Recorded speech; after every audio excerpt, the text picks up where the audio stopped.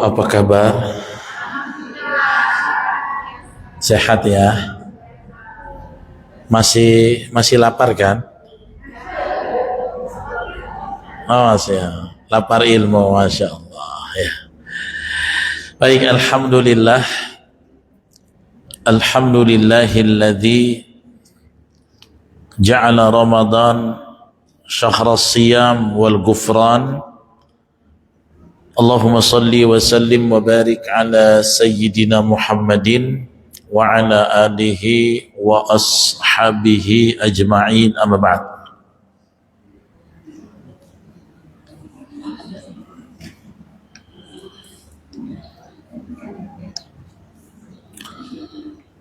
Dek, minta tolong bantu cek ya. Ini.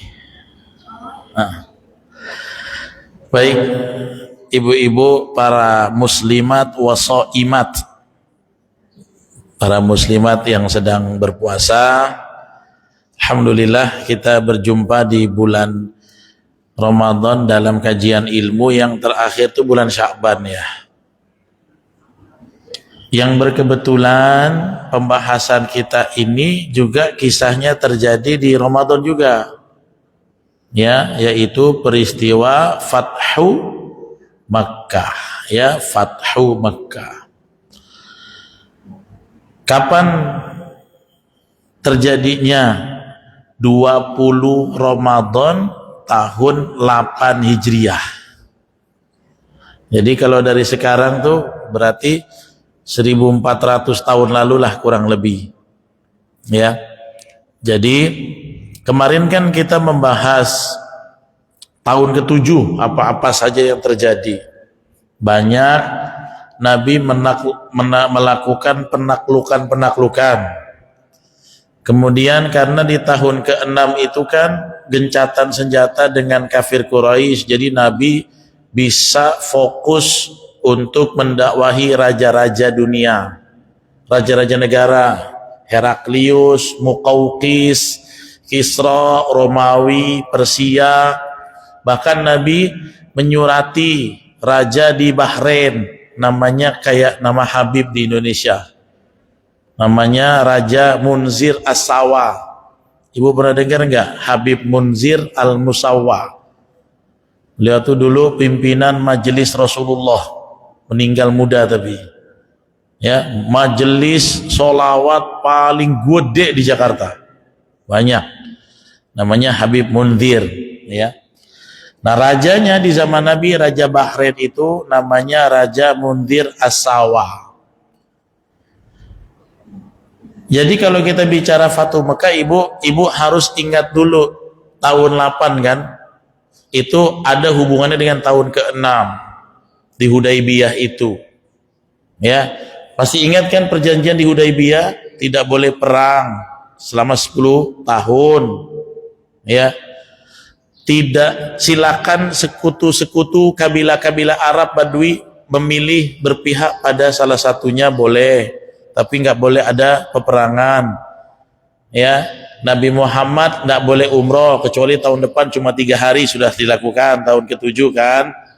Ya, dan yang lain-lainnya lagi. Kalau ada yang melanggar perjanjian, maka dia dinyatakan bersalah, dihukum oleh hukum internasional. Nah, gitu ya. Nah, makanya saya bawa lagi ibu ke Hudaybiyah supaya nyambung bahwa kita Hudaybiyah tahun ke-6, Fathu Mekah tahun ke-8 Hijriah. Tapi Fathu Mekah ini detailnya tanggal 20 Ramadan. Jadi macam kita ginilah. Ya, cuman kalau sekarang kan kita masih tanggal berapa nih? 9.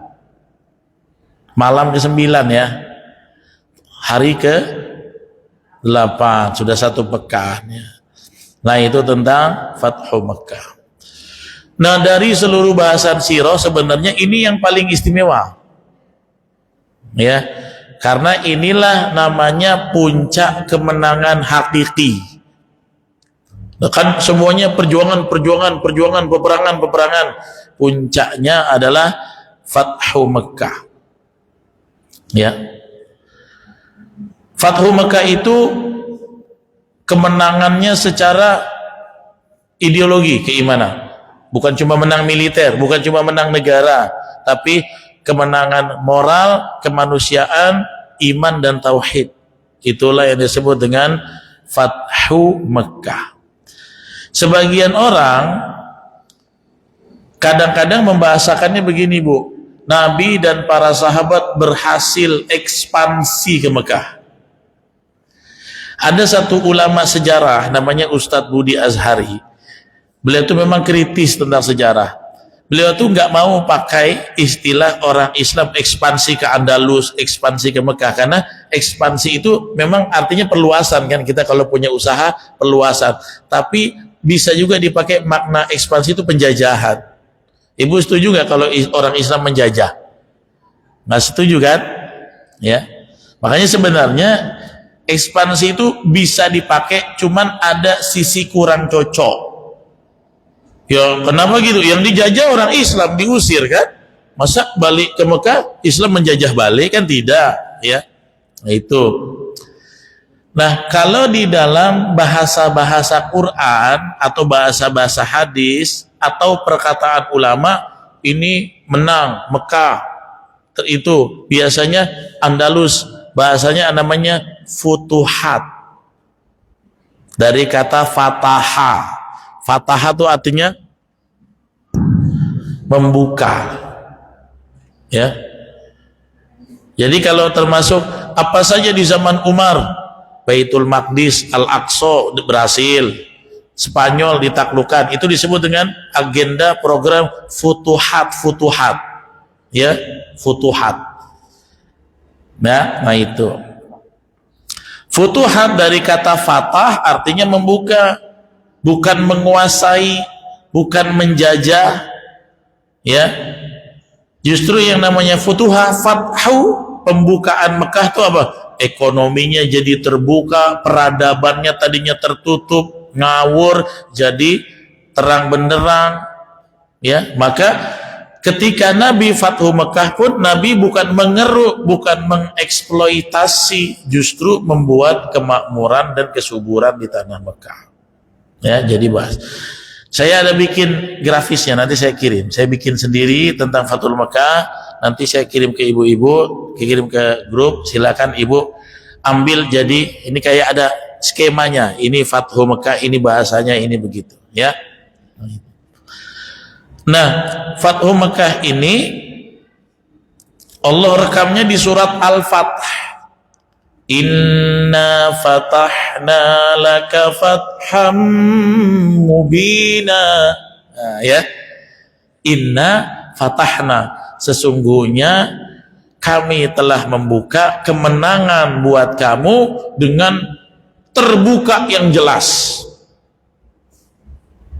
Ibu bayangin nih, sekarang nih saya minta ibu imagine dulu.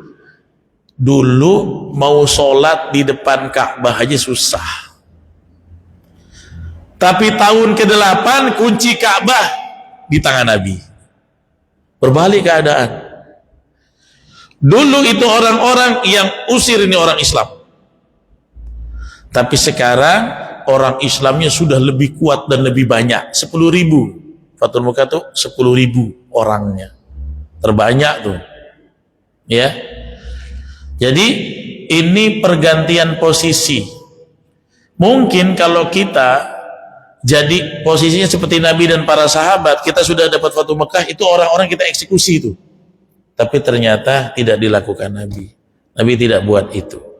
Makanya Fathul Mekah bukan pengambilan paksa, bukan eksploitasi, bukan menggaruk, tapi merangkul. Itulah peristiwa yang disebut dengan Fathul Mekah. Inna fatahna laka fatham mubina.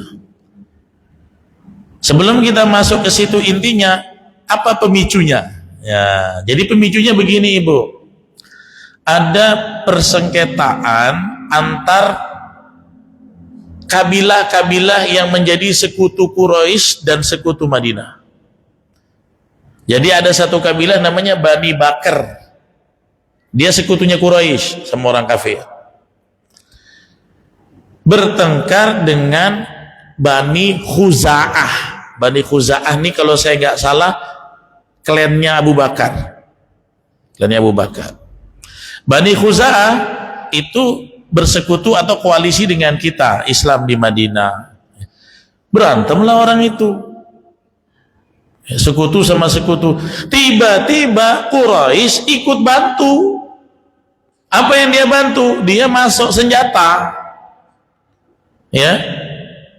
Antara diam-diam dan setengah terang-terangan, ternyata orang Quraisy menjadi penyuplai senjata untuk Bani Bakar. Habisin aja tuh. Itu Khuza'ah, sekutunya orang Islam. Akhirnya ibu banyaklah yang meninggal dari orang Bani Khuza'ah. Nuntut, Nabi lapor, katanya gak ada perang 10 tahun kami dibantai nih. Dan kami bukan cuma dibantai, mereka dibantu senjata oleh kafir Quraisy. Berarti kan tidak sesuai dengan perjanjian internasional. Ya, nah inilah salah satu pemicu terjadinya ini. Akhirnya Nabi datang. Oh, kenapa begitu Quraisy? Gak sesuai. Negara-negara lain juga melihat, wah ada satu negara yang sudah berjanji damai, dia melanggar, kita serbu aja rame-rame. Itulah yang membuat Mekah itu makin lemah, Quraisy itu makin lemah. Mereka jadi dihujani intimidasi semua negara. Kan nggak boleh, ya. Nah itulah akhirnya sama Nabi ditengahi, dan Nabi kasih 3 opsi sama orang Quraisy. Yang pertama, kalian harus bayar ganti rugi seluruh kematian dari orang-orang Bani Khuza'ah. Itu opsi pertama. Nabi kasih 3. Yang kedua, gak usah sekutu lagi dengan Bani Bakar, biarin dia sendiri, dia dilawan oleh semua kabilah. Yang ketiga, batalkan perjanjian Hudaibiyah. Kira-kira orang Quraisy ambil yang mana? Ayo dari 3 ini. Suruh ganti rugi, kematian kan banyak. Kalau satu keluarga yang meninggal 3 miliar aja, kalau 20 udah banyak, udah 60 miliar. Wah, nggak mau ternyata. Oke, yang kedua, hentikan persekutuan dengan Bani Bakar. Bani Bakar ini memang kuat, Bu. Orang Quraisy nggak mau, dia support kami. Akhirnya diputuskanlah mereka mengambil opsi ketiga. Mereka menggugurkan perjanjian Hudaibiyah. Oke, terserah kata Nabi. Ya, kenapa? Mereka merasa angkuh, kuat, kami adidaya, batalin aja Hudaibiyah. Ya, nah dengan opsi mereka ini berarti ya mereka memberikan dasar hukum Rasulullah untuk melakukan aksi persiapan nyerang, kan boleh. Kenapa? Perjanjian sudah dicabut. Sama kayak ibu sudah perjanjian bikin di notaris, tiba-tiba pecah kongsi, ya udah kita sobek, kita ke notaris, perjanjian dibatalkan. Mereka bebas kan, nggak ada ikatan, ya. Nah inilah angin segar. Dia nggak ngeh, Bu, bahwa orang Islamnya makin banyak. Khalid aja sudah pindah, jagoan mereka Khalid tahun ke-7 udah masuk Islam. Amr bin Al-As masuk Islam. Abu Sufyan tuh masuk Islam tapi belum, nanti saya ceritain. Abu Sufyan ini dedengkot gede-gedenya semua. Mereka otaknya tuh, wah kita kuat, karena mereka masih menganggap seperti tahun ke-6 Hudaibiyah, tapi posisinya tuh sudah beda. Tahun ke-7 banyak penaklukan, Nabi makin eksis, makin kuat. Makanya Fathu Mekah itu strategi penaklukan terbaik, perang menang tanpa darah tuh. Itu yang namanya Fathu Mekah, supaya ibu nggak bosen perang terus, darah terus, mati terus. Ini enggak, ini namanya perang strategi. Ya, kalau bahasa istilah para ulama sejarah nih, muta'arikhin, mereka mengatakan al-ghazwa duna damin, peperangan tanpa ada darah. Ini yang diinginkan semua orang kan, menang tanpa mengorbankan nyawa. Ya. Nah, apa saja rahasianya? Yang pertama, gerakan untuk mengepung Mekah itu betul-betul rahasianya absolut, Ibu. Sampai Aisyah aja nggak tahu. Aisyah nggak tahu, Abu Bakar aja nggak tahu Nabi mau lakukan gerakan futuhat ke Mekah tuh. Jadi kenapa? Menjaga agar tidak bocor. Kalau bahasa kita tuh ada aja cepunya, ada tekeknya. Ya, jadi salah satu strategi Fatuh Mekah, Nabi itu sering begini, yuk kita berangkat, tiba-tiba. Jadi nggak sempat berita tuh sampai ke lawan. Kalau lawan nggak sampai berita, dia nggak akan bisa melakukan prepare untuk menyambut, untuk melawan, untuk menghadang, nggak bisa. Ya, makanya sahabat terdekat Abu Bakar, ya, Aisyah ini pun dirahasiakan. Hanya orang-orang tertentu yang berkaitan dengan gerakan-gerakan militer itu. Ya, nah, Nabi pimpin pasukan jumlahnya tadi 10.000.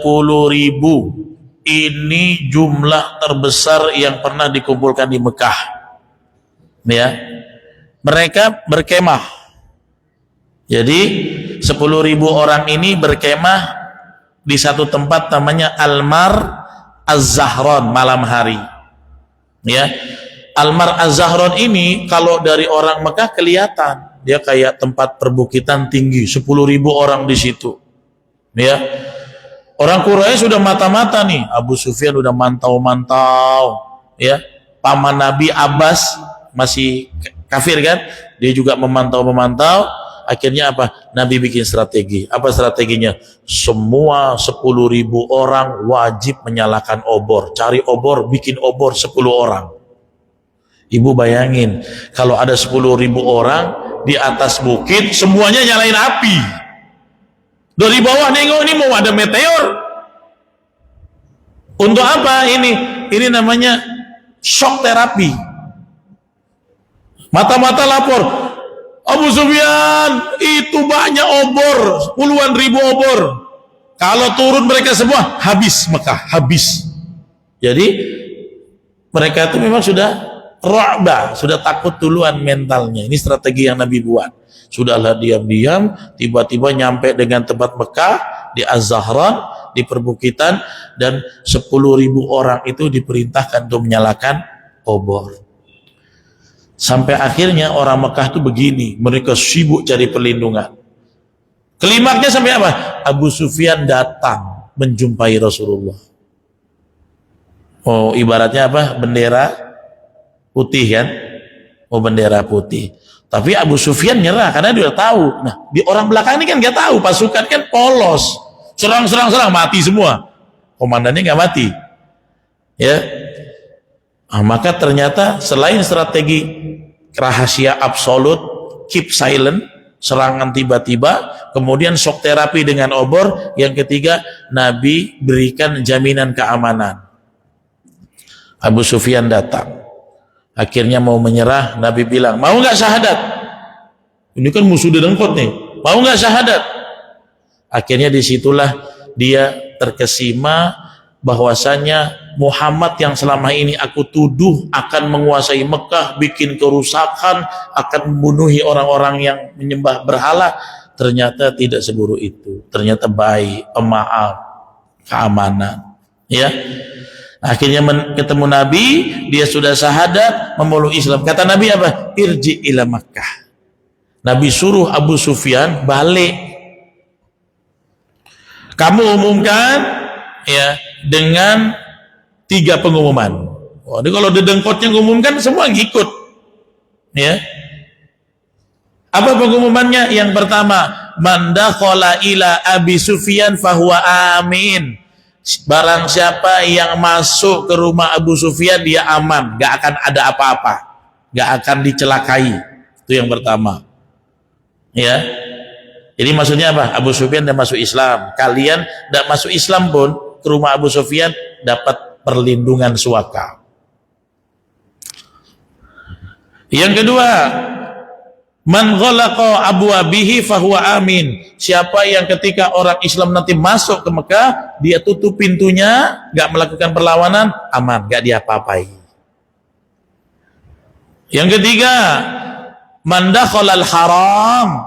Ya, barang siapa yang masuk ke Masjidil Haram fahuwa amin. Itu kan semuanya cerminan Islam. Ikut Abu Sufyan masuk Islam, nggak melawan orang Islam, orang Islam. Ke Masjidil Haram, cahaya Islam.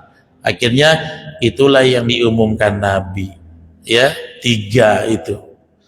Nah ternyata ini strategi justru bisa memecah konsentrasi. Abu Sufyan aja kepala puaknya sudah nyerah. Di sini masih ada nih preman-preman kecilnya masih ada, tapi mereka nggak konsentrasi lagi. Apa yang dipikirkan orang Mekah? Pokoknya sekarang kita cari tempat berlindung, bukan cari perlawanan, udah nggak bisa lagi, cari tempat berlindung. Kenapa? Karena upaya perlawanan sudah menjadi mustahil. Kalau dipaksakan pasti tumpah darah massal, pasti itu. Ya. Tapi Nabi kan beliau tetap antisipasi, takut ada riak-riak kecil kan. Oke, Abu Sufyan sudah oke, Khalid sudah masuk Islam, tapi ada yang degil-degil nih, yang keroco-keroco, takutnya bikin riak-riak. Bukan riak liana, bukan. Riak-riak. Kalau riak liana kecintaannya beliau. Ya. Akhirnya Nabi bikin strategi, bikin pasukan 4 penjuru. Yang pertama Khalid bin Walid, masuk dari selatan. Yang kedua Zubair bin Awam, dari arah atas utara. Sa'ad bin Ubadah digantikan oleh Qais bin Sa'ad dari arah barat, dan Nabi masuk dari tengah, dari jantung kota Mekah. Nah sehingga apa? Mekah ini begini Bu, ini sudah dijaga semua, nggak akan ada yang lari, nggak akan ada yang menghasut, nggak akan ada yang memprovokasi, semuanya dipeluk, dikepung, dirangkul. Ya, maka akhirnya Nabi masuk ke sana, ternyata mereka baru tahu kita ternyata nggak dibunuhi Muhammad. Kan kata Nabi tadi, barang siapa yang masuk rumah tutup pintu nggak melawan aman, nggak apa-apa, mau tetap ke berhala silakan aja. Ya. Maka akhirnya Nabi menguasai, pintu Ka'bah dikasih. Inilah yang namanya kemenangan tanpa adanya darah. Ya, memang ada sih 1-2 gerakan di arah utara, tapi gampang, ada Khalid di situ. Karena Khalid yang dari utara, dia redam, sudah semuanya sudah beres. Lapor kepada Nabi, sudah beres semua. Akhirnya disitulah Nabi menguasai kota Mekah. Turunlah ayat, kata Allah apa? Wa qul ja'al haq wa zahaqal batil. Ya. Dan katakanlah yang benar, maka yang batil akan lenyap. Innal batila kana zahuqa. Sesungguhnya kebatilan akan lenyap. Ibu tahu apa yang dilakukan Nabi? Pertama, bersihkan Ka'bah dari 360 berhala. Bayangin, Fathul Mekah berhalanya 360. Jadi ibu jangan bayangkan ibu umroh kayak sekarang, bersih Ka'bahnya. Dulu tuh di sekitar Ka'bah itu ada hubbal. Ada yang patung begini, kepalanya kecil, badannya panjang, hidungnya panjang, tangannya panjang. Ada Lata, ada Manna, ada Uzza. Waktu zaman Nabi pertama kali dakwah itu 1000 lebih berhalanya. Orang tuh tawaf telanjang bugil, coba. Tawaf telanjang, itu jahiliyah tuh. Ketika Fathul Mekah masih ada 360. Itulah yang dihancurkan oleh Nabi dan para sahabat. Bahkan banyak di antara mereka yang mu'alaf, mereka singkirkan sendiri berhalanya yang masuk Islam. Banyak juga sahabat-sahabat ini, dulu ini berhala kami nih, kita pula yang bersihkan sekarang. Ya, makanya caranya gimana? Kalau ada kebatilan, katakan aja yang benar, nanti yang batil akan hilang. Kan Nabi begitu, katakan yang benar sampai diusir, katakan yang benar sampai mau dibunuh, katakan yang benar. Akhirnya sampai hari itu berbuah manis. Ya, Allah mudahkan, Allah jadikan kebenaran tegak, Allah hancurkan yang namanya kebatilan. Wa qul ja'al haqqu wa zahaqal batil innal batila kana zahuqa. Ya, sering kan dengar ayat ini kan ayat tentang tahajud.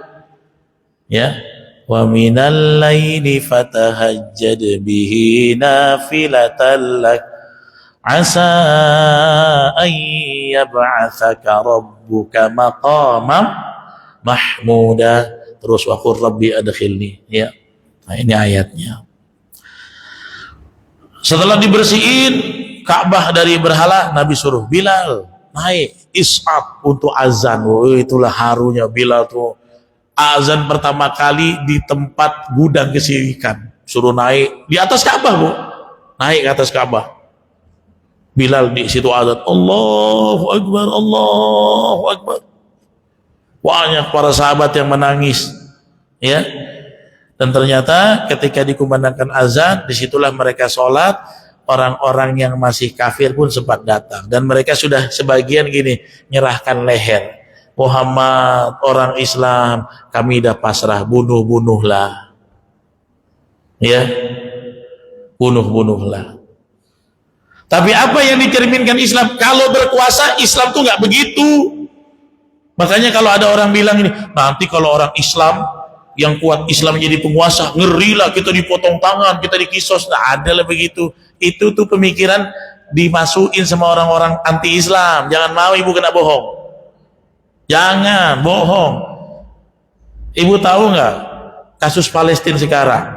Kesalahan orang Palestina pertama adalah tahun 1937 mereka menerima pengungsi Yahudi jadi ditampung jadi warga YHD. Ditampung, ibu. Itu kesalahan pertama. Mereka ke situ beranak pinak. Akhirnya menggusur tuan rumah. Sama kayak negeri kita tetangga. Negeri kita tetangga. Ya. Apa namanya? Rahasia. Pikir sendiri. Jadi saya tadi malam kedatangan tokoh Melayu, sudah senior ya. Udah berapa umurnya beliau? 80 ya? 80-an. Ya. Dia bilang, Ustadz, atuknya atuk, dia bilang gitu kan? Atuknya tuk, saya panggil dia atuk. Itu dulu guru ngaji. Belajarnya di mana? Di situ, negara sebelah. Iya. Dulu zaman atuknya tuk masih kecil, masih remaja, orang-orang belajar ngaji ke negara itu. Tapi kok sekarang orang kita Melayu Islam tinggal sikit yang menguasai orang dengan kesukuan yang lain sama kita lah, matanya lain gitu ya. Pahamlah di situ. Dulu tuh itu negeri Islam, cuman kecolongan gara-gara apa? Politik. Ya, makanya kenapa kalau ibu tengok, kenapa si Riza Hafiz nih masih dia usaha terus, aku nggak akan diam. Karena masyarakat aku tak mau mereka dibodohi. Kan gitu, isu-isunya begitu. Ya, kalau ada orang yang Islami, jangan, ngeri. Dia tak bisa kerja. Nanti cuma dia orang disiksa-siksa pakai hukum Islam. Mana ada begitu. Nih Nabi buktikan. Beliau menguasai orang kafir, satu pun tidak dilukai, satu pun, coba. Ya, dedengkotnya saja diterima pertobatannya. Abu Sufyan, ibu, ini orang paling ngeri loh jahatnya sama Nabi, ngeri kali pun. Ini diterima. Makanya ketika Bilal sudah mengumumkan azan, orang-orang kafir mulai merapat, serahkan leher mereka. Ada dua ungkapan yang terkenal. Ya, Nabi membacakan ayat surat Yusuf ayat 92. Ya, apa kata Nabi? Qala la tathriba alaikumul yaum.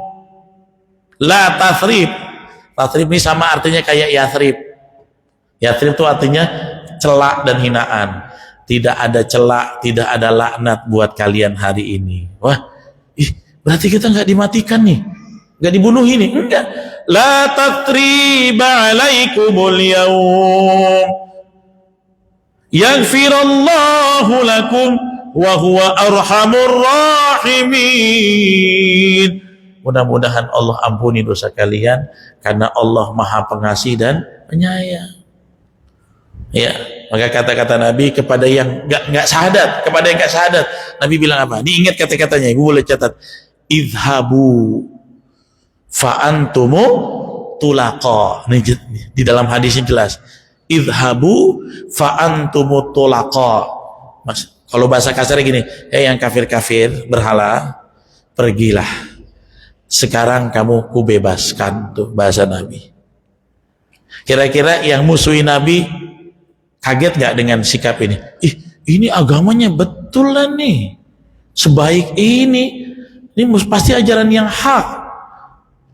Makanya ketika orang begitu, ketika Fathul Makkah lihat ternyata tidak seperti yang selama ini disangkakan kan, yang disebarin kan, Muhammad itu dia pelan-pelan, berhala kita lama-lama habis, nanti kita dibunuhi gitu kan. Itulah hoax yang disebar supaya Nabi nggak jadi pemimpin. Tapi ternyata ketika Nabi jadi pemimpin, justru klausal pemaafan yang beliau terapkan. Makanya orang masuk Islam sekali masuk 1000 orang satu hari, coba bayangkan.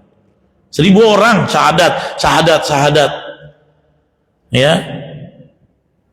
Jadi itu turunnya ayat ini, la tathriba alaikumul yaum yaghfirullahu lakum wa huwa arhamur rahimin. Dan Nabi ucapkan idhabu fa antumut tulaqa. Ya, tulaqa itu artinya bebas. Pergilah kalian, sekarang kalian bebas. Ya. Akhirnya apa? Mereka masuk Islam sukarela, tanpa paksa, sukarela. Karena melihat cerminan akhlak dan kelembutan Islam. Ya. Nah, maka kita ambil pelajaran-pelajaran bahwasanya ibu-ibu, kemenangan sejati dalam Islam itu bukan ingin menguasai, menjajah, mengeksploitasi, tapi justru ingin membuka peradaban yang lebih baik. Ekonomi yang tadinya banyak riba dijalankan ekonomi yang lebih baik. Tapi semua itu bisa dicapai dengan apa? Strategi militernya juga bagus, cara berpikir yang cerdas, moralitasnya yang luhur, menaklukkan hati musuh dengan merangkul. Ini saya selalu bilang sama teman-teman MK itu. Kadang-kadang kami ini berjuang dalam pendidikan, Ustaz Zaki, Ustaz Khalisa, ada aja orang yang dengki itu. Tapi selalu saya bilang, kalau bisa musuh itu kita rangkul dulu. Ya, kalau bisa dirangkul, nggak bisa rangkul Bunda bilang, enggak lah, dirangkul.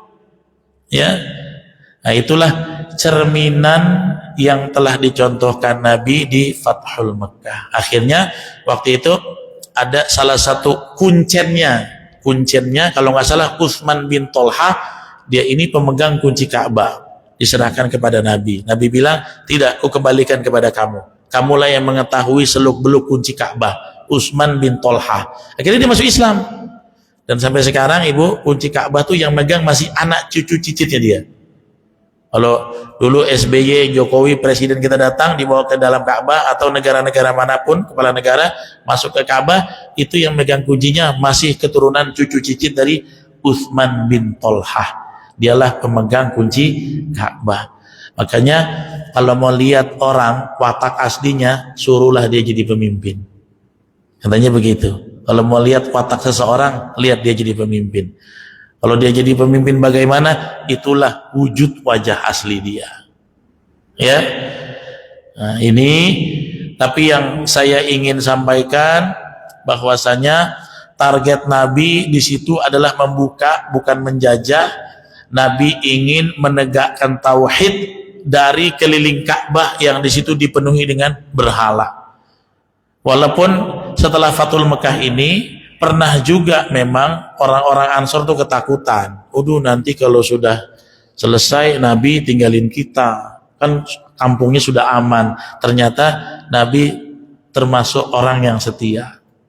Ya, karena nanti setelah Fathul Makkah ini memang ya orang-orang yang baru masuk Islam ada satu perang lagi, perang Hunain kalau nggak salah ya.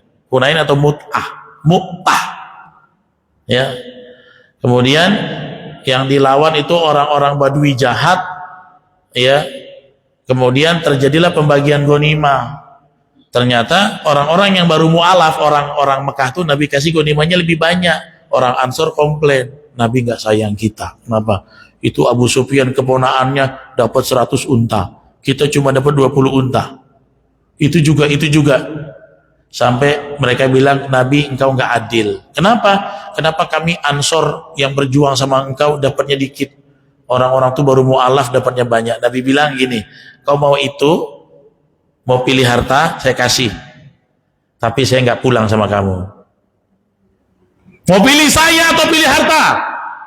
Orang Ansor bilang, mana ada harta yang bisa membeli hidup satu negara sama Nabi. Bisa lihat wajah beliau, bisa dididik beliau. Ibu aja saya yakin penasaran, pengen banget ketemu Nabi kan. Jadi kata Nabi, mau pilih duit atau mau pilih saya? Kata orang Ansor, ternyata Nabi mau balik sama kita. Beliau bukan kacang lupa kulit. Ya udah nggak apa-apa lah, itu ghanimahnya kasih aja. Dan kenapa Nabi kasih banyak sebenarnya? Kan orang baru-baru mu'alaf untuk dilembutkan hatinya. Itu ya. Nah, jadi ini Ibu tentang Fathul Mekah, banyaklah hikmah-hikmahnya. Tadi sudah saya selipkan semua. Mudah-mudahan kita bisa sabar ya. Ibu bisa ambillah pelajaran begini. Kadang ada satu usaha yang kita lakukan sampai kita pun harus terhempas, harus mengalah. Tapi pesan Nabi, jangan pernah menyerah. Jangan pernah menyerah. Perjuangan itu 8 Hijriah berarti Nabi itu 13 tambah 8, 21 tahun perjuangannya, ya kan? Iya belum. Aduh, jadi harus terus ya, semangat terus. Jadi Nabi itu kan masa tugasnya 23 kan? Ya kan? Beliau itu kan wafat 3 tahun kemudian, tahun 11. Nanti kita mau ke sana nih. Makanya Ibu sabar. Mau ke sana kita. Ya, tapi harus tahan-tahan. Nanti kalau pas kejadian tuh sedih betul, sedih biasanya ya. Belum lah, kita belum ke sana. Ini yang semangat-semangat dan gembira saja. Jadi jihad Nabi bertugas 23 tahun jadi Nabi, Fathul Mekahnya tahun ke-21. 13 tambah 8 berapa? Betul kan? 21. Nabi menikmatinya cuma 3 tahun. Jadi kadang-kadang hidup ini perjuangannya lebih panjang daripada menikmati. Sama kayak Ustadz, saya kajian terus, tadarus juga, taksir juga capek, kali kapan. Nanti Ibu di surga, Ibu nikmati. Udah sampai surga. Ya. Dulu saya pernah bilang begitu sama Ustadz saya tuh, Ustadz Riyadus Shalihin. Tuh capek Ustadz, kapan istirahatnya? Ar-rohah fil jannah. Dia suka bilang gitu, istirahat nanti di surga. Saya capek Ustadz, umur sekian, sakit pinggang, sholat terus. Nanti kalau di surga Ibu nggak ada sholat lagi, nggak ada kewajiban. Kewajiban ini selama masih nafas di dunia aja. Saya pun capek juga kadang-kadang. Iya, apalagi ini Ramadan, paling sering curhat sama keluarga. Ini terutama nih. Subuh ngisi, pagi ngisi. Saya bilang tadi kan Dek, kalau pagi ngisi, subuh ngisi, siang sama sore jangan ada lagi lah, kosong. Pernah saya coba, asarnya ngisi, pas taraweh, bacaannya terkoyak-koyak. Jadi nggak jelas, sudah habis suaranya. Tapi ya kalau kita hitung-hitung memang hidup ini perjuangannya pasti lebih panjang daripada menikmati hasilnya. Ya, dan Nabi telah membuktikan 23 tahun, 20 tahun lah beliau berjuang, 3 tahun menikmati hasilnya. Dan itu menikmatinya nggak banyak. Yang banyak menikmati siapa? Istrinya. Yang paling kenyang tuh Anas lah, Anas bin Malik. Zaman Nabi hidup, sampai zaman Abu Bakar hidup, zaman Umar hidup, zaman Utsman hidup.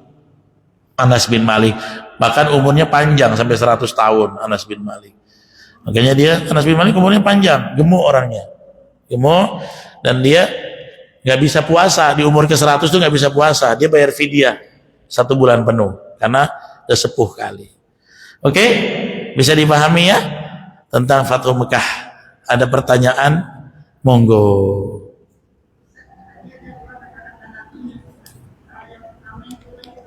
Hadis. Idhabu fa'antumu tulaqa. Ya. Pergilah kalian, antum kalian tulaqa, dibebaskan. Itu dari hadis. Kalau yang redaksi pertama dari Quran kan? Surat Yusuf 92 ya. Qala la tathriba alaikumul yaum. Sama orang kafir aja Nabi bilang gitu, yaghfirallahu lakum. Mudah-mudahan Allah ampuni kalian. Padahal selama ini mereka tuh bukan cuma kafir, Bu, bukan cuma kafir. Ibu ingat, kafir memerangi, mengusir, menyakiti, menzolimi. lengkap semua kejahatan di situ. Ya. Tapi Nabi tetap apa? Yaghfirullahu lakum. Makanya ibu kalau marah sama orang jangan sampai benci, sampai haram jadah tuh jangan. Jangan. Orang suka bilang gitu, ya. Ustadz, kalau cuma nyakitin, gibahin, ini dia begini Ustadz, haram jadah, aku baik sama dia. Oh, berarti belum nyontoh Nabi. Ya. Akhlak kelembutan kita sejati adalah kalau kita bisa berdamai dengan orang yang mau hancurkan kita. Berdamai. Ya. Ibu pernah nggak kenal orang, dia iri sama ibu, hasad aja. Pokoknya kalau ngomongin kita jelek aja. Pas ketemu ibu senyum sama dia, itu senyumnya 100 ton rasanya itu. Tapi kalau ibu lulus, mantap. Senyum, tapi giginya geretek ya, teh ya. Iya, nggak apa-apa. Baik, kabarnya baik. Enggak. Ya. Ya mungkin ibu ada mengalami, saya pun mengalami. Dalam dunia perustazan pun ada juga yang begitu. Ada. Wih, sadis kata-katanya. Nah, ini salah satu saksi juga nih. Ya kalau ngomong, Riza Hafiz tuh bukan Hafiz. Nggak mungkin. Kalau dia Hafiz, besok suruh dia baca 30 juz sekali duduk. Aku bukan komputer. Mana dia paling hafal? Saya bilangnya apa? Ya memang gitu. Saya masih kurang. Saya bilang. Habis itu ketemu kan? Assalamualaikum, cipika-cipiki. Tapi saya nggak bawa belati, nggak. Gitu nggak. Baik-baik aja. Karena apa? Mau belajar dari Nabi lah. Nabi dikatain binasa sama orang YHD aja, Nabi nggak marah, istrinya yang marah, Aisyah yang marah. Ya, ini pernah saya bahas di Al-Amin. Satu hari kan ada orang YHD datang, tiba-tiba salam, Assalamualaikum. Salam itu artinya matilah kau, gitulah, binasalah kau. Ya. Aisyah nyaut, nyambar ibu, macam ibu-ibu pada umumnya lah. Laki aku digituin, Assalamualaikum warahmatullah katanya. Nabi tegur, mahlan ya Aisyah, tenang, mahlan. Mahlan itu artinya tenang, pelan-pelan. Alam tasma biqaulihi, apa kau nggak dengar perkataan dia Nabi menghina kamu? Dengar, ya. Kemudian Nabi bilang, laqad qultu wa alaikum. Aku kan sudah balas wa alaikum. Ternyata Nabi kasih ilmu fikih, kalau ada orang kafir, YHD atau siapapun mengejek salam kita, atau yang tidak mengejek, orang non muslim yang salamnya memang menghormati, ya kan, ada yang niatnya nggak jahat kan, tetap nggak boleh pakai salam. Ibu harus jawab waalaikum saja, sajanya nggak pakai waalaikum. Kalau saya bilang titik, titiknya nanti masuk waalaikum. Nah, ya, dah ya saja. Ya, jadi itu caranya menjawab. Pertanyaan saya, apakah Aisyah yang marah istri suaminya dihina itu salah atau tidak? Tidak, walaupun Nabi luruskan, tapi itu istri yang bagus. Suami dizolimi, dia bergerak, dia udah betul. Karena dia belum tahu hikmahnya, belum tahu cara jawabnya. Kalau suami ibu dihina, ibu senyum-senyum aja. Jangan-jangan kau tak cinta. Iya, itu tanda Aisyah cinta. Ini banyak loh hikmah-hikmah yang artinya kalau anak-anak sekarang bilang plot twist, yang nampak nggak sesuai dengan makna intinya. Contoh, ibu pernah dengar kisahnya? Saya pernah ceritain nggak ya di sini? Nabi Musa dan Nabi Khidir, ya kan? Nggak sabar kan? Jadi kata Nabi Musa itu kan tadinya udah merasa paling alim di dunia. Kata Allah, kau belajar lagi, ya, belajar lagi private. Cuma karena MQ belum ada kan, jadi dia nggak tanya ke MQ. Ya nggak mungkin Nabi diajari manusia biasa, pasti Nabi juga. Belajarlah ke Nabi Khidir. Kata Nabi Khidir apa? Innaka lan tastati. Ya kamu nggak akan bisa untuk ikut saya, sabar. Sampai saya disuruh Allah, saya mau belajar. Syaratnya la tas'alni an syai'in. Jangan tanya, jangan interupsi yang aku lakukan. Ternyata apa yang dilakukan Nabi Khidir pertama? Kapal dulu, bocorin kapal kan? Pas bocorin kapal, kenapa dibocorin? Kacau gue nih. Gimana nih mau belajar sama kamu? Kata Nabi itu kan, kau nggak bisa sabar kan? Diam, jangan tanya. Ternyata apa? Karena kapal itu kalau nggak dibolongi, di depan itu ada perairan yang banyak bajak laut.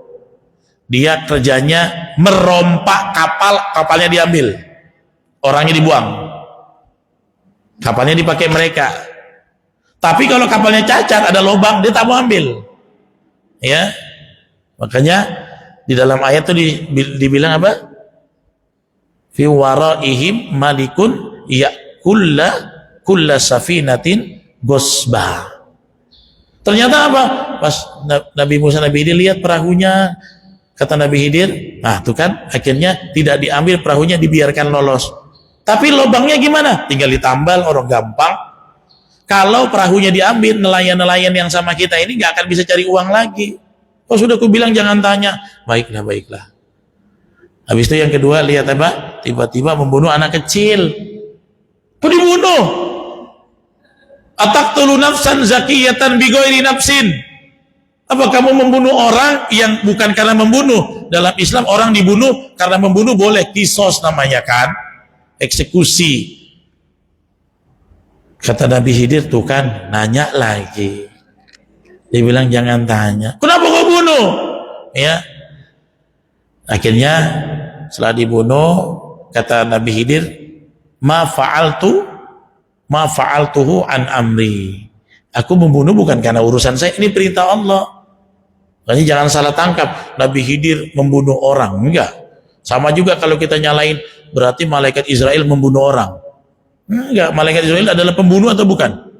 Bukan, perintah Allah. Ya. Nabi Musa tapi mencegah, kenapa kau begini bunuh? Ternyata anak ini wa kana abuhuma solihah. Nanti dia punya dua orang tua yang solihah, orang Islam. Nanti ketika dewasa anak ini kafir dan dia akan mengkafirkan semua dua orang tuanya. Ya. Maka anak ini dibunuh supaya orang tuanya tetap Islam. Tapi kenapa dibunuh waktu kecil? Kan belum ada dosa. Belum ada dosa. Jadi dia nggak akan mati dalam keadaan kafir. Ya intinya begitulah. Ada juga yang tentang tembok. Nah orang suka bilang Nabi Musa salah. Nabi Musa tak salah. Nabi Musa sudah benar. Justru kalau Nabi Musa diam, beliau Nabi yang salah. Kenapa kau bunuh? Itu namanya nahi mungkar seorang Nabi Musa. Itu tepat. Makanya ibu jangan bilang Nabi Musa salah. Tidak, Nabi Musa tepat. Kalau Nabi Musa lihat Nabi Khidir dibunuh, diam aja, justru itu yang salah. Nah ini hikmah. Ini cuma bisa dalam pandangan tasawuf bisa nampaknya. Kalau nggak ngaji tasawuf nggak bisa ini. Ya, iya ya, pasti gitu. Kalau tasawuf tuh kan kelembutan hati. Oh iya ya gitu. Ya, jadi begitu Bu hikmahnya ya. Aisyah ketika marah Nabi digitukan, ibu harus begitu. Ibu kalau suami ibu digoda orang lain, ibu nggak cemburu, ibu salah. Ya, tandanya tidak sayang. Ibu harus cemburu. Ya, itu harus sikap pertama itu menentukan kita. Walaupun nanti hikmahnya kemudian. Oke gitu ya. Ada lagi pertanyaan? Jam berapa? Masih? Iya. Waalaikumsalam.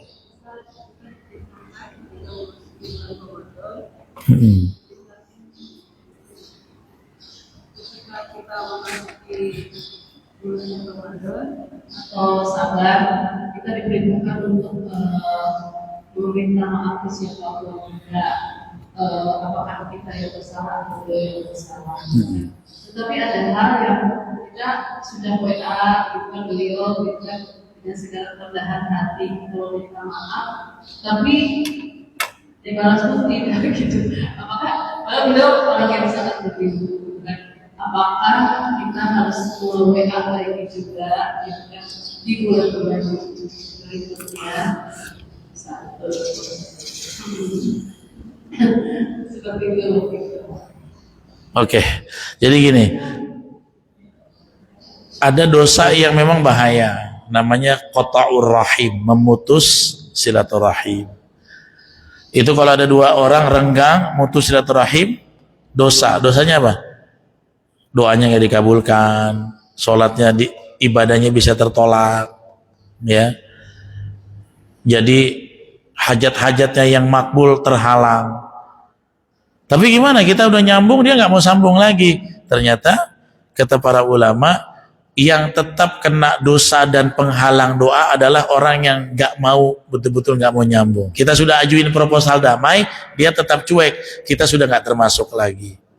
Cuman kalau bisa gini teh, kadang-kadang kan di bulan Ramadan ini atau Lebaran kan ada template minta maaf yang kita sebar normatif. Orang kadang-kadang tidak merasa itu khusus gitu. Ini kan disebar, ya minta maaf sama semua gitu ya, momentum. Jadi kalau boleh sekali lagi kita sampaikan permohonan maaf, saling mengislah, memperbaiki diri dengan atau dengan pesan yang khusus lagi. Ya. Jadi jangan pakai template. Kalau template memang semua kita kirim, kita broadcast, mohon maaf lahir batin gitu ya. Kalau dia nggak mau balas, ya berarti orang berilmu belum tentu dapat hikmah jadi orang yang pemaaf. Karena memang ngasih maaf tuh lebih susah. Karena kalau kita yang memberi maaf tuh kan ego kita kadang lebih tinggi. Apalagi orang berilmu nih kadang-kadang. Jadi merasa egonya lebih tinggi. Jadi ya doakan aja semoga Allah berikan taufik kepada yang bersangkutan itu. Dan kayaknya macam saya tahu gitu orangnya. Tapi udah nggak tempel secara khusus. Khusus, bukan karena momen Ramadan gitu. Ada, tetapi kalimatnya itu tidak direct dulu, tetapi memang silaturahmi. Boleh 3 kali lah dicoba. Ya, kita mah kalau kita bisa ego, kita sama tidak ada salah. Tapi kita sebagai manusia, mungkin ada salah dan tidak. Kita mesti berbesar hati untuk bagaimana di bulan yang penuh semua ada di Indonesia. Tapi kalau kita mungkin kita bisa ulang lagi beberapa kali biasa seperti itu ya. Mungkin 3 kali lah. Ya baik. Nah, jadi sampai sekali nggak respon, 2 kali, 3 kali, ya sudah, ya Allah saksikanlah aku sudah lakukan, Ya. gitu. 3 kali lah, gitu. Ya, yang lain silakan. Assalamualaikum. Waalaikumsalam warahmatullah. Ini pembahasan kami baru dari Iya. ada salah satu menyampaikan kalau sholat Isra itu boleh dilaksanakan mereka 10 di rumah, kemudian yang tadarus atau sedikit segala macamnya. Tapi bisa dilaksanakan sholat Isra itu di rumah kalian.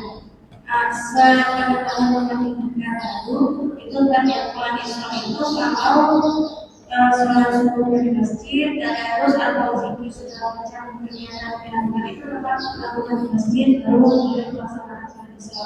Kan pernyataan yang pertama tadi itu dibolehkan atau bagaimana? Ya, ibu-ibu mungkin ada yang bingung nih, sholat isyraq tahu? Nah, atau sholat syuruk ya, sholat isyraq atau sholat syuruk itu dilakukan ketika matahari naik, tunggu dia 10 menit ya. Kurang lebih waktunya 80 sampai 90 menit setelah azan subuh. Pahalanya seperti haji sempurna. Ya, 2 rakaat saja. Memang ada sebagian ustadz mubalik yang mengambil penafsiran itu. Boleh buat ibu-ibu, bahkan sholat di rumah pun boleh.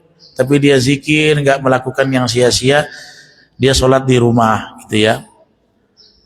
Tapi kebanyakan ulama mengatakan enggak, kalau yang udah pulang rumah udah hilang. Karena di dalam hadis, barang siapa yang sholat subuh ya, dan di masjid kan, berarti kan berjamaah, kemudian dia tetap fi musallihi, di tempat dia sholat tadi ya, kemudian tidak berhadas, tidak berbicara tentang urusan dunia yang sia-sia, bahkan dia dari tempat dia sholat tuh duduknya nggak berpindah lah. Kalau berpindah cuma ngambil Quran atau perbahari wudhu itu nggak masalah. Barulah dia akan sholat di situ dapat 2 rakaat. Saya condong pendapat yang kedua. Kalau yang ke rumah nggak dapat lagi. Ya, kalaulah di rumah bisa, ya ngapain kita susah-susah nunggu di masjid? Perjuangan. Ya, walaupun ada ustadz mubalik yang mengatakan boleh, tapi saya berpendapat kalau yang boleh itu hilang pahalanya. Saya tetap berpendapat bagusnya stay di masjid. Ya, bagusnya stay di masjid. Itu pun kalau sudah misalnya gini, kan di situ hadisnya dia berzikir, terus berzikir sampai waktu syuruk kan, dia sholat.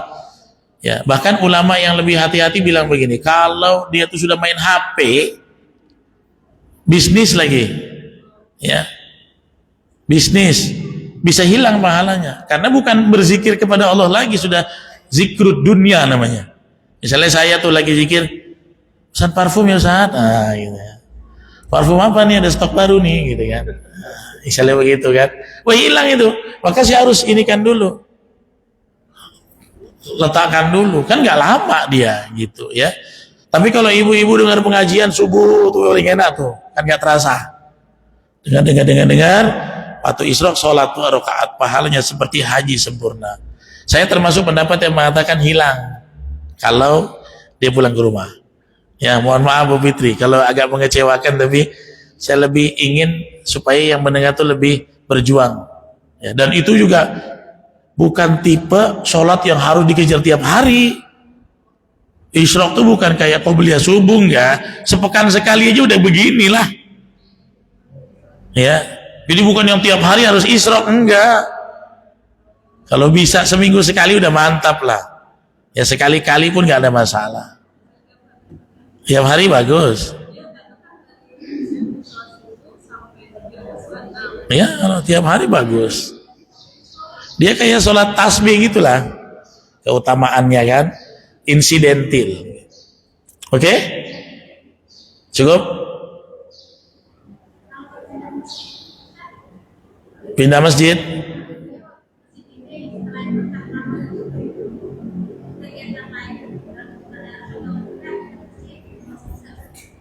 Ya mudah-mudahan lah, Allah Maha Pemberi rahmat ya. Ya karena gini kan, perpindahannya dalam rangka zikrullah juga, bukan urusan dunia. Tapi banyak ulama mengatakan kalau udah terskip atau terdistraksi dengan urusan dunia itu yang hilang. Makanya tetap zikrullah. Jadi kalau dari masjid ke masjidnya dia sambil zikir subhanallah bihamdihi, karena mau tadarus sampai masjid yang baru dia tilawah, insya Allah dapat. Ya. Tapi kalau dari masjid ke masjidnya nyanyi, nah gitu ya, nyanyi atau apa, atau bicara sia-sia gitu ya, itu bisa hilang. Begitu. Cukuplah 10 lewat. Iya, oh ada lagi, silakan. Sholat fajar dan qobliyah subuh itu perbedaannya apa? Nggak ada bedanya, sama aja. Tapi kalau dimungkinkan bagi kita masih lama waktunya, amalkan dua-dua. Tapi hampir mayoritas ulama mengatakan sami mawon podo wae, sama. Ya, pahalanya pun sama, lebih baik dari dunia dan isinya, sama. Oke? Cukup? Kita pertemuan sekali lagi lah ya, dua, sama kayak di sana. Sana di Al-Azhar Rabu juga terakhir, Rabu depan terakhir. Tasin juga ya, karena takut banyak yang mudik ya, atau ada keperluan-keperluan yang lain. Baik, demikian yang bisa saya tutup, yang bisa saya sampaikan. Kita tutup dengan doa kafaratul majelis. Subhanakallahumma bihamdika asyhadu an la ilaha illa anta astaghfiruka wa atubu ilaik. Assalamualaikum warahmatullahi wabarakatuh.